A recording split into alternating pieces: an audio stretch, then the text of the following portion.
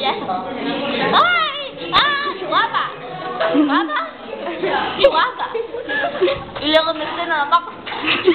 Ay, que tengo un pelo en la boca, un pelo en la boca, un pelo en la boca. Un pelo en la boca. Ya la escondía, que tenía un moco y se la ha quitado. Entonces me dice, qué guapa que eres. Yo, gracias.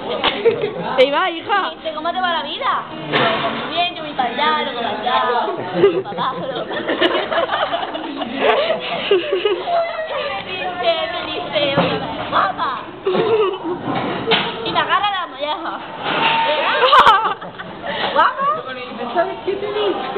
Y le dice, ¿sabes qué te digo? Que te coman el ligo. El ligo. Graba ahí.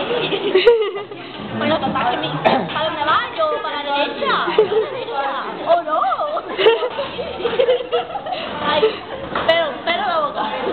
Pero la boca. A lo que iba yo y me dice, ¿sabes lo que hago? Y te hace y me dice, Jaime, ya, bueno, ya, que me voy ya. Que viene, hija. Pero Viene para Daniel.